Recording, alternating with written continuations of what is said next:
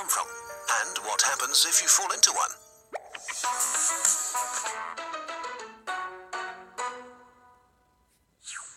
Stars are incredibly massive collections of mostly hydrogen atoms that collapse from enormous gas clouds under their own gravity. In their core, nuclear fusion crushes hydrogen atoms into helium, releasing a tremendous amount of energy.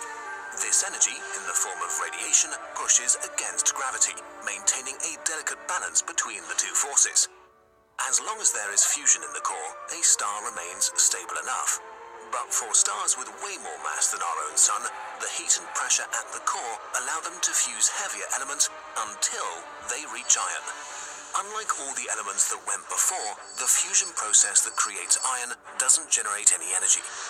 Iron builds up at the center of the star until it reaches a critical amount, and the balance between radiation and gravity is suddenly broken. The core collapses. Within a fraction of a second, the star implodes, moving at about a quarter of the speed of light, feeding even more mass into the core. It's at this very moment that all the heavier elements in the universe are created as the star dies in a supernova explosion. This produces either a neutron star, or if the star is massive enough, the entire mass of the core collapses into a black hole. If you looked at a black hole, what you'd really be seeing is the event horizon. Anything that crosses the event horizon needs to be traveling faster than the speed of light to escape. In other words, it's impossible. So we just see a black sphere reflecting nothing. But if the event horizon is the black part, what is the whole part of the black hole? The singularity. We're not sure what it is exactly. A singularity may be infinitely dense, meaning all its mass is concentrated into a single point in space with no surface or volume, or something completely different. Right now, we just don't know. It's like a dividing by zero error. By the way, black holes do not suck things up like a vacuum cleaner.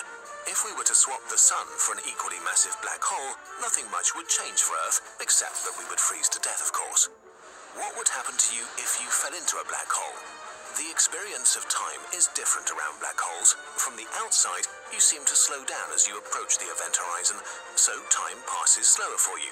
At some point, you would appear to freeze in time, slowly turn red, and disappear. While from your perspective, you can watch the rest of the universe in fast forward, kind of like seeing into the future. Right now, we don't know what happens next, but we think it could be one of two things. One, you die a quick death. A black hole curves space so much that once you cross the event horizon, there is only one possible direction.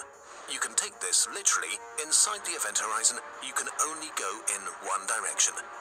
It's like being in a really tight alley that closes behind you after each step.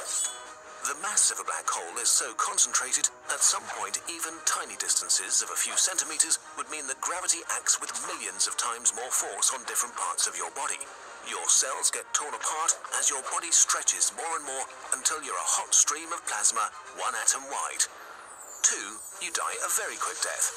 Very soon after you cross the event horizon, you would hit a firewall and be terminated in an instant. Neither of these options are particularly pleasant. How soon you would die depends on the mass of the black hole. A smaller black hole would kill you before you even entered its event horizon, while you probably could travel inside a supermassive black hole for quite a while. As a rule of thumb, the further away from the singularity you are, the longer you live. Black holes come in different sizes. There are stellar mass black holes with a few times the mass of the Sun and the diameter of an asteroid. And then there are these supermassive black holes which are found at the heart of every galaxy and have been feeding for billions of years.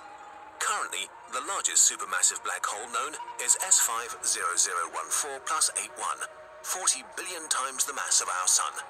It is 236.7 billion kilometers in diameter, which is 47 times the distance from the Sun to Pluto. As powerful as black holes are, they will eventually evaporate through a process called Hawking radiation. To understand how this works, we have to look at empty space. Empty space is not really empty, but filled with virtual particles popping into existence and annihilating each other again. When this happens right on the edge of a black hole, one of the virtual particles will be drawn into the black hole, and the other will escape and become a real particle.